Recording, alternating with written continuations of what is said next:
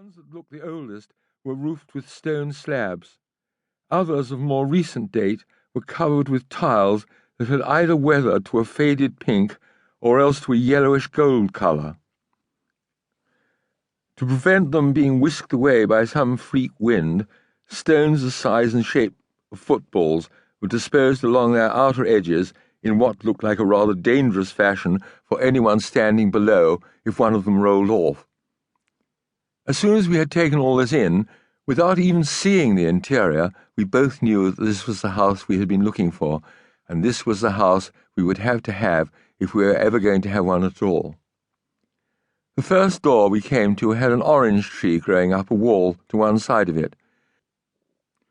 When Signora Angelina finally succeeded in turning the key in the lock and we went inside, the door shut on us and we found ourselves in what would have been complete darkness if the door had not been riddled with holes through which the sun shone in long, slender beams, as if someone had fired a shotgun at the door. Yet although it looked as if it was on its last legs, and one of the first things that would have to be replaced if we bought the house, this door was still there in the same condition when we finally left I Castagni 25 years later. What we were now standing in was a room about 15 feet long, 10 feet wide, and 6 feet high. What had been a stalla, a cowshed, or a stable for mules, or possibly both. Until very recently, the principal means of moving supplies from one place to another in the mountainous areas of Italy had been by pack mules, hand carts, or slitte, big wooden sledges with sides made of wattle, wooden stakes interwoven with split branches, usually drawn by cows. For the rest, it was what people could carry on their backs.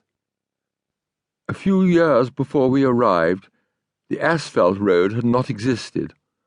All there had been in those days was a steep, cobbled mule track which went straight up the hill from Caniparola to Fosdinovo, and stretches of this ancient route still existed and were still used by local people travelling on foot. The floor of the stalla was also cobbled, with thin rectangular stones laid edge to edge. Iron rings for tethering the animals were sunk in the rough stone walls in the back part of the stalla, and there was still a good deal of dung lying about, but so dry and powdery that it was impossible to know what sort of animal had produced it. The only illumination, apart from what was provided by the self-closing door with the holes in it, came from a small barred window that looked out towards the bridge over the Torrente, some 30 yards away.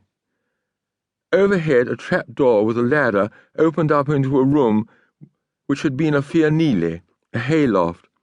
The fianile was almost twice the height of the stalla and much brighter, the light entering it through a large opening in one of the walls through which the hay had been forked up into it. Other illumination was provided by gaps in the tiled roof, where the rain had been coming in. Every bit of timber in these two rooms, beams, ceiling joists, and floorboards, was riddled with wormholes, and you could break bits off as if they were biscuits. Further investigation was made impossible because someone had had the truly devilish idea of more or less filling the fianile with large coils of heavy wire, of the sort used to set up trellises in vineyards, each of which was inextricably interlaced one with another. The only other way in was round the back of the house, where there was another door, literally in mid-air, which needed a ladder to get to it.